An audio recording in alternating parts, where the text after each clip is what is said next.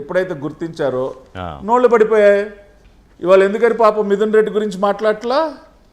ఇవాళ సార్ కొంచెం మావాడికి కూలర్ పెట్టండి, మావాడికి వెస్ట్రన్ కమోడ్ పెట్టండి, మావాడికి ఒక టేబుల్ వేయండి, ఒక పరుపు వేయండి, ఈ మాట్లాడుతున్నారు. అంతేగాని మావాడికి ఏ పాపం తెలీదు, మావాడు ఏం చేయలేదు అని అది వెళ్ళిపోయింది. అది వెళ్ళిపోయింది రిషి గారు. అవును, ఇప్పుడు అదంతా అయిపోయి జైల్లో కొంచెం బాగా చూసుకోండి అయ్యా, రోజు పాపం బిర్యానీ పెట్టండి మావాడికి, ఇది మాట్లాడేది.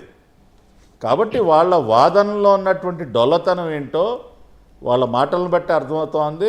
ఇవాళ ఎప్పుడైతే ఛార్జ్షీట్ రిలీజ్ అయిన తర్వాత వాళ్ళ నోళ్ళు పడిపోయాయో అప్పుడే అర్థమైపోయింది ప్రజలందరికీ కూడా. సరే, హడావుడిగా ఇప్పుడు ఛార్జ్షీట్ వచ్చింది పట్టాభి గారు, ఛార్జ్షీట్ వచ్చింది, మిథున్ రెడ్డి అరెస్ట్ అయ్యాడు, దర్యాప్తు జరుగుతోంది. ఇంకా ఏమన్నారంటే ఇంకా కొంతమంది ఉన్నారు, వాళ్ళు కొంతమంది అబ్స్కాండ్లో ఉన్నారు, వాళ్ళు దొరికాక ఇంకా కొన్ని తెలిస్తే కొంతమంది చేర్చారు కదా.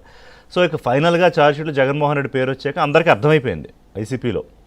వెంటనే అకస్మాత్తుగా వెళ్ళారు జగన్మోహన్ రెడ్డి భారతిరెడ్డి గారితో కలిపి గవర్నర్ దగ్గరికి వెళ్ళారు, కొంతసేపు ఉన్నారు, వచ్చారు. మరి ఏం మాట్లాడారంటే మరి ఇదే చర్చ జరుగుతోంది. అయిపోయింది, ఇంకా కేసులు అంతా అయిపోయిన దగ్గరికి వచ్చేసింది, మరి ఏం చెప్పుకున్నారంటారు?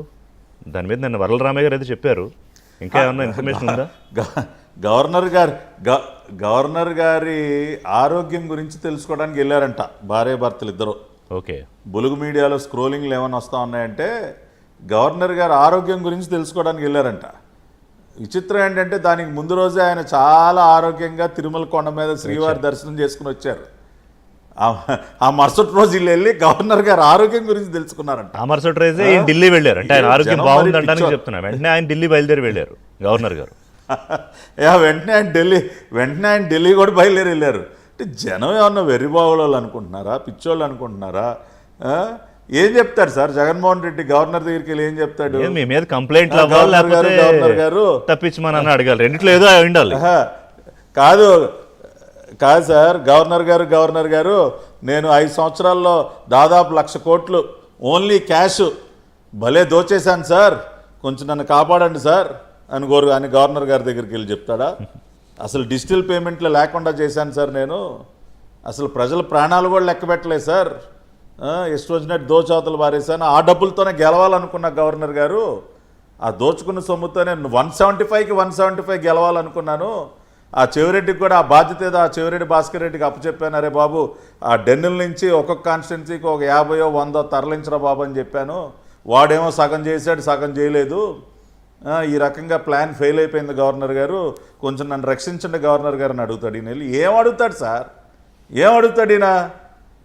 లేదంటే ఇవాళ రాష్ట్రంలో అసలు నేనైతే 2019-24 మధ్య అంబేద్కర్ గారు రాసినటువంటి రాజ్యాంగాన్ని ఇస్సురు అవతల పారేసా గవర్నర్ గారు, మా తాత రాజ్యాంగాన్ని తీసుకొచ్చి అసలు ఒక కొత్త రాజ్యాంగం సృష్టించాను, మళ్ళీ అదేంటో మళ్ళీ అంబేద్కర్ గారు రాజ్యాంగం తీసుకొచ్చి మళ్ళీ మన ముందు పెట్టి మళ్ళీ ప్రజాస్వామ్యబద్ధంగా రాష్ట్రాన్ని పరిపాలించడం ఎంత అన్యాయం గవర్నర్ గారిని అడుగుతాడా? అసలు ఈ మనిషికి మాట్లాడటానికి ఏముంది సార్? వెళ్ళి అదే కదా గవర్నర్ గారి ముందు కూర్చొని మాట్లాడటానికి అసలు ఏముంది? ఏం మాట్లాడతాడు ఇతను? వెళ్ళి అతను చేసినటువంటి పాపాల గురించి చెప్తాడా, ఇవాళ జరుగుతున్నటువంటి మంచి వద్దు అని చెప్తాడు? ఏం చెప్తాడు గవర్నర్ గారి దగ్గరికి వెళ్ళి? అండ్ ఇంకొక ఆప్షన్ ఏంటంటే మీ మీద కంప్లైంట్, ఊరికనే ఏదో మా వాళ్ళందరూ అమాయకులు, మా చెవిరెడ్డి అన్న, మా పెద్దిరెడ్డి, మా మిథున్ రెడ్డి అన్న, మా కృష్ణమోహన్ రెడ్డి, వీళ్ళందరూ ధనుంజయ రెడ్డి అన్న అమాయకులు అని అందరినా కంప్లైంట్ చేసి ఉంటారు. మరి ఇప్పుడు సరే, వాళ్ళ ప్రత్యక్షంగా మీరు ఒక తేడా గమనించండి. ఒక పక్కన గౌరవ రాష్ట్ర ముఖ్యమంత్రి గారు నిమిషం కూడా వృధా చేయకుండా గత 4 రోజులుగా సింగపూర్లో ఆయన పడుతున్నటువంటి శ్రమ, ఎన్ని కంపెనీలతో ఒప్పందాలు కుదుర్చుకున్నారు, ఎన్ని పెట్టుబడులు మన రాష్ట్రానికి మళ్ళీ వెనక్కి తీసుకొస్తా ఉన్నారు, అవన్నీ కళ్ళకి కట్టినట్టు కనపడతా ఉన్నాయి.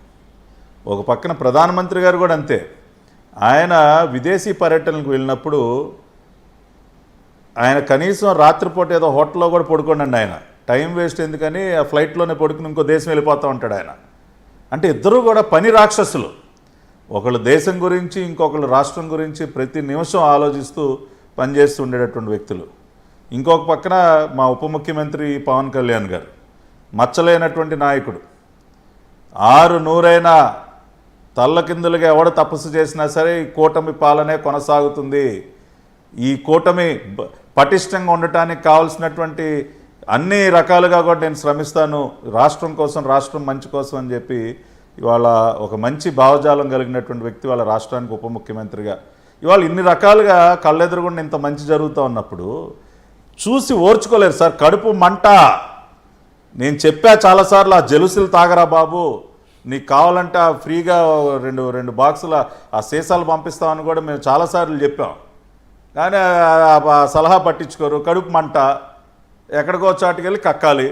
అదంతా కూడా వెళ్ళాడు మొన్న గవర్నర్ గారి దగ్గరికి, ఆయన కాసేపు నవ్వి ఒక కాఫీయో టీయో ఇచ్చి పంపించుంటాడు ఆయన. కాబట్టి వాళ్ళు ఎంత ఏడ్చినా, మా పైన ఎంత బురద జల్లినా, సింగపూర్ పైన కానీ ఏదో మా పర్యటనల పైన, ఇప్పుడు మేమేమి అదేంటి Vijayawada to Davos via London ఎప్పుడు వెళ్ళలేదు సార్. ఓకే, అవును. మేము ఎప్పుడు అట్లాంటి యాత్రలో స్పెషల్ చార్టర్డ్ ఫ్లైట్లు వేసుకుని కోట్ల రూపాయలు తగలేసి స్విట్జర్లాండ్లో ఫ్యామిలీ హాలిడేలు మేమేమి చంద్రబాబు నాయుడు గారు ఎప్పుడు తీసుకోవాలా. ఈయన గారు దావోస్ పర్యటనలు చూశారు కదా, వయా లండన్లో ఫ్యామిలీని పికప్ చేసుకుని అక్కడ ఈయన ఆర్థిక వ్యవహారాలన్నీ చక్కబెట్టుకుని దావోస్ వెళ్ళి ఒకరోజు ఇట్ట చేతులు ఊపేసి అక్కడ అక్కడ మళ్ళీ ఒక లగ్జరీ రిసార్ట్లో హాలిడే, లేదంటే మళ్ళీ వయా ఇస్తాన్బుల్ ఒకసారి.